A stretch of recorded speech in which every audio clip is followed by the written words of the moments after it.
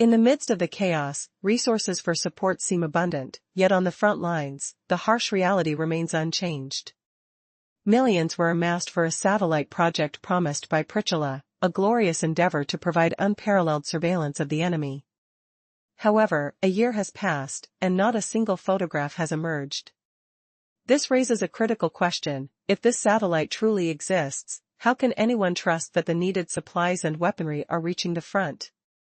The disheartening truth reveals that while munitions are produced and sold, they do not arrive where they are most needed.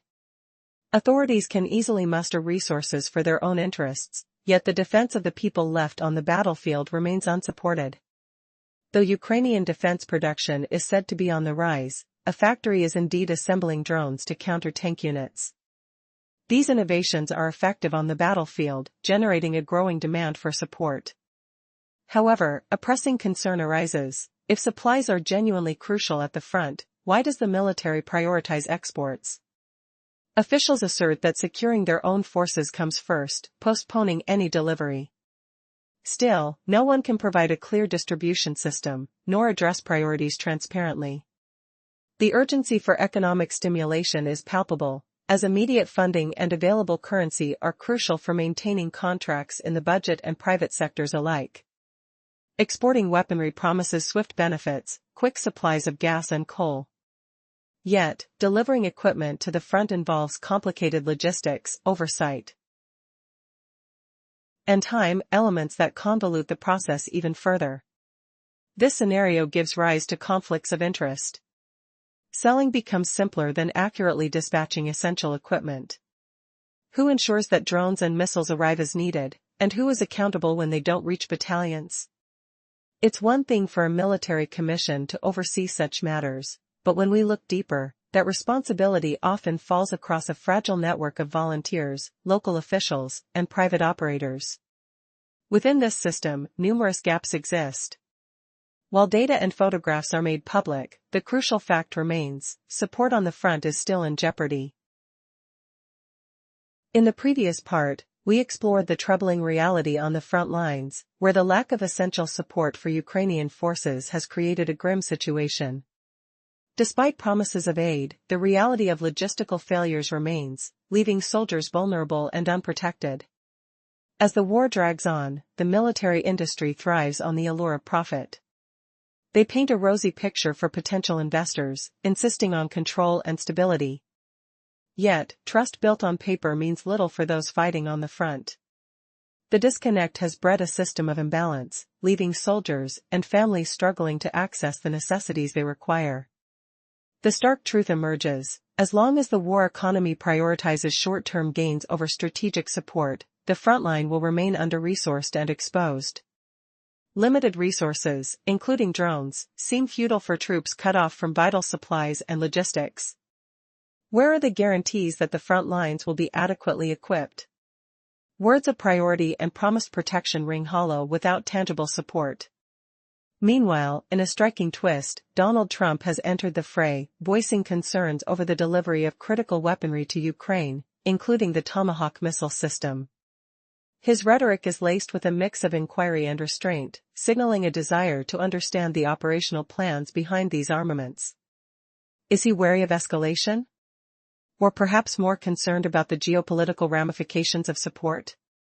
When pressed by the media about whether he had sanctioned the shipment of weapons, Trump's response was vague, adding weight to the tension. Yes. If I consider it, he mused, but I need clarity on their destination. This hints that while political support may seem automatic, the reality is laced with ambiguity. Washington's scrutiny raises alarm: what happens if these weapons do not achieve their intended purpose? As both American leadership and Moscow grapple with their own strategies, the Ukrainian forces remain trapped between two worlds. Have the stakes of this conflict become too high, too convoluted for a clear path forward? In this chaotic theater, soldiers find themselves confronting their worst fears: vulnerability on the edge of war, uncertain of the future yet pleading for assistance. Yet, amidst the uncertainty, a chilling realization sinks in. With the indiscriminate nature of modern warfare, neither side wants escalation, but the promise of stability amidst chaos feels increasingly elusive. As families on the brink of despair cling to hope, the question remains, how long can this precarious balance last? In a land gripped by turmoil, countless individuals who have poured their lives into labor now find themselves struggling to afford even a basic meal. It's not an exaggeration, but a stark economic reality that forces them to contemplate the absurdity of their existence. Politicians refer to these financial challenges as mere temporary difficulties, yet for many, these struggles have become a permanent fixture in their lives. Those who endured the hardships of the past rightly assert that conditions have deteriorated further. In previous decades, the poor weren't romanticized, but now, any criticism of authority is considered unpatriotic. Imagine a soldier, disillusioned and without the support he deserves, forced to confront the harsh truth: if one doesn't wish to engage in battle, they're labeled a traitor. Those who long for change must find a way to navigate an intricate maze that seems to only reward compliance. The economic crisis metamorphoses into a weapon of ideology, wielded against a populace burdened by the government's unrelenting demand for victory. With a monthly wage of approximately $189, the gap between earnings and living costs mirrors the disparities of a bygone era, fueling a desperate belief that mere faith could be their saving grace. Scenes unfold where brave defenders, sitting on the front lines, are deprived of essential equipment, drones that could offer relief and support. Meanwhile, the world watches through a distorted lens, where the struggles and sacrifices of soldiers morph into a polished narrative of heroism and triumph showcased on screens.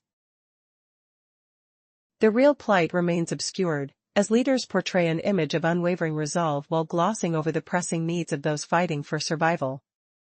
Behind the flash and bravado lies a grim irony, a spectacle where the president positions himself as the nation's rescuer, while deep down, questions of corruption linger, unanswered and festering.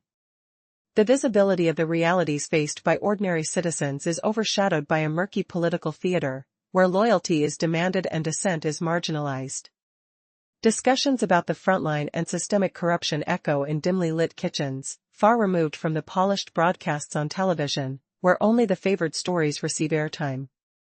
The fate of millions hangs precariously in the balance, as the divide between those in power and the people grows increasingly unbridgeable. Will anyone rise to challenge the facade before it's too late? In a world where loyalty feels scripted, officials parrot phrases about stability while the truth whispers in hushed tones, reality unfolds in unexpected ways. The head of parliament casually announces an election freeze, declaring it too dangerous for the moment. This isn't a passing phase, it's a chilling permanence. The leaders, once pillars of support, have become mere shadows, bringing nothing but apathy to the table. Citizens watch as their plight becomes a spectacle, but the actors in this tragic play remain unmoved. With no drones in the sky, the army stands like a statue, firm yet immobile, trapped in a conflict devoid of support. Meanwhile, dreamers on the front lines sense disillusionment growing. Their faith has eroded, leaving behind a shell of hope that sounds more hollow with every declaration of victory. It is transformed from an aspiration into a distant echo of despair. The words are repeated endlessly, yet the meaning slips further away into obscurity. The Ukrainian people's future teeters on a fragile edge, each day blending into another.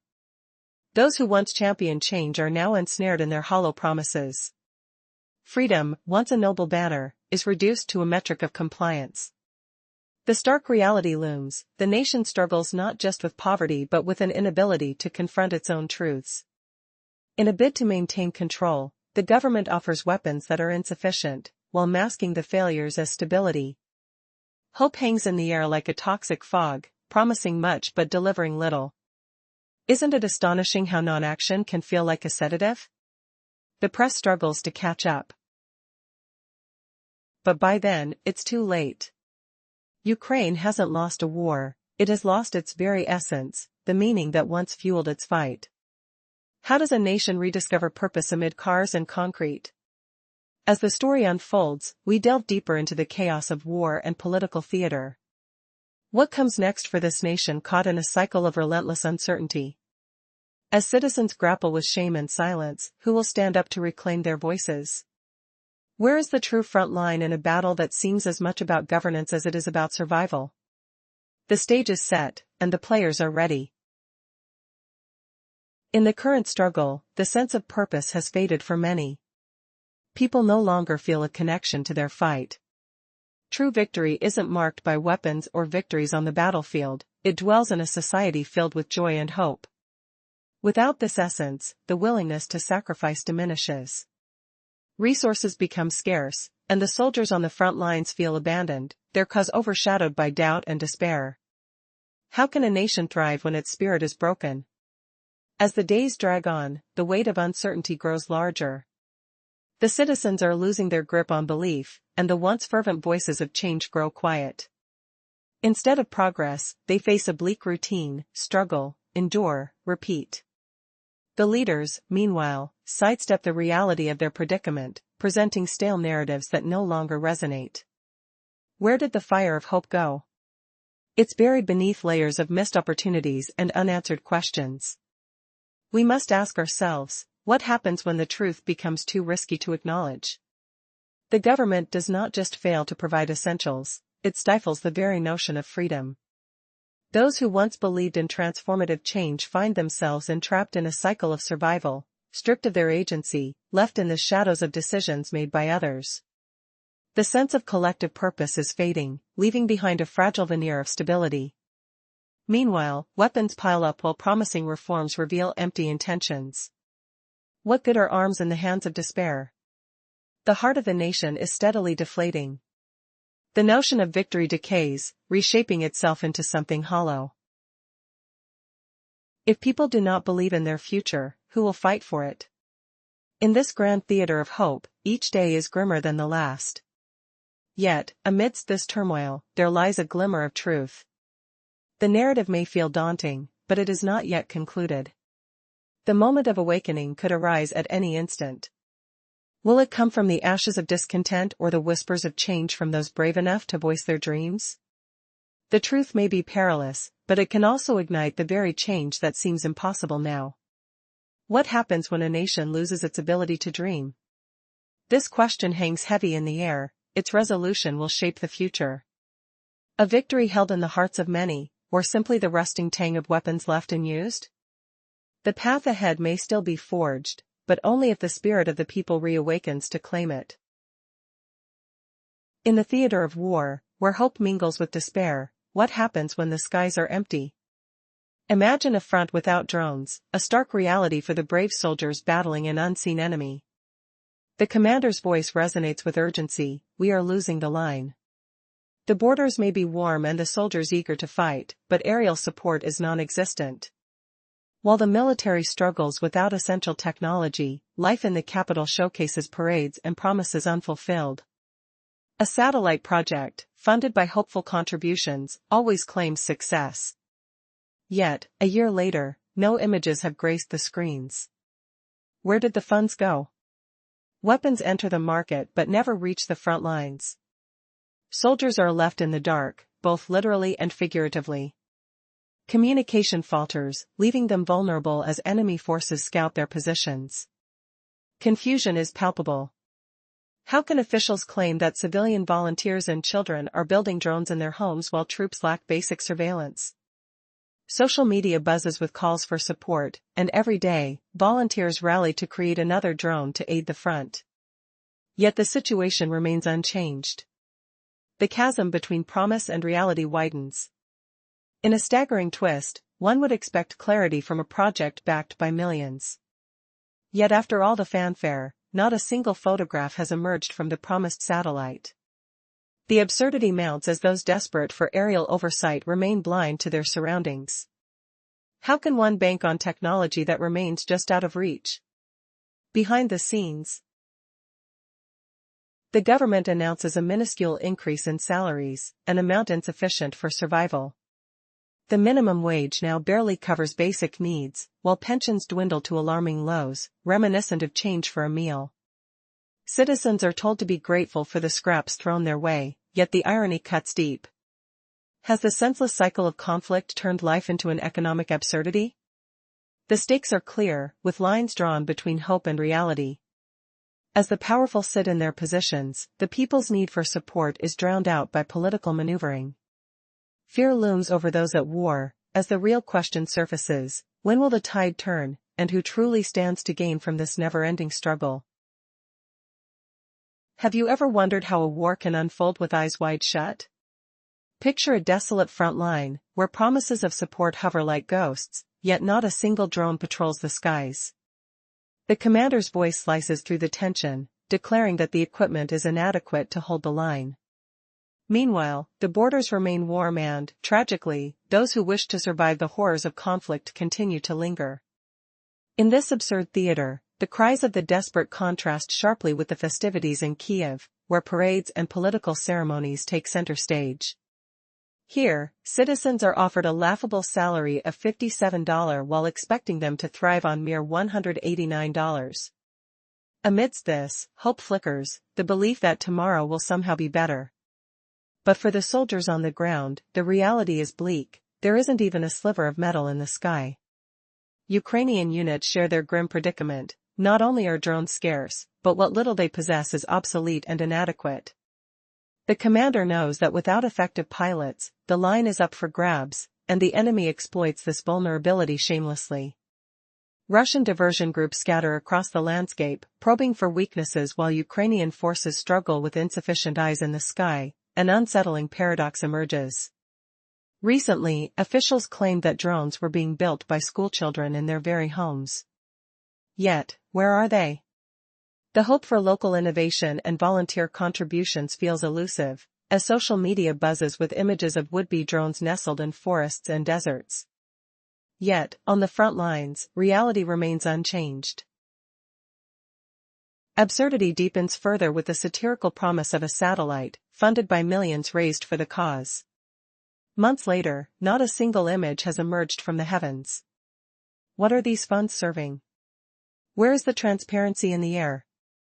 As military production lines churn out weapons for export, the essential demand remains unmet. The front line is still left blind. The production capacity is praised, yet delivery systems remain shrouded in inefficiencies. In stark contrast, local policies seem to overshadow the very lives they are supposed to protect. There is a growing disconnection. Soldiers are left wanting, as political maneuvers drown out the urgent need for actual support. Can a war fought with short-term strategies ever culminate in lasting victory? Yet, amidst the chaos, a chilling realization settles. The promises of equity and protection ring hollow when they do not manifest in the lives of those on the line. Without recognized urgency, the gears of war merely continue spinning. How long can one cling to faith when the humanitarian toll mounts, both on the battlefield and at home?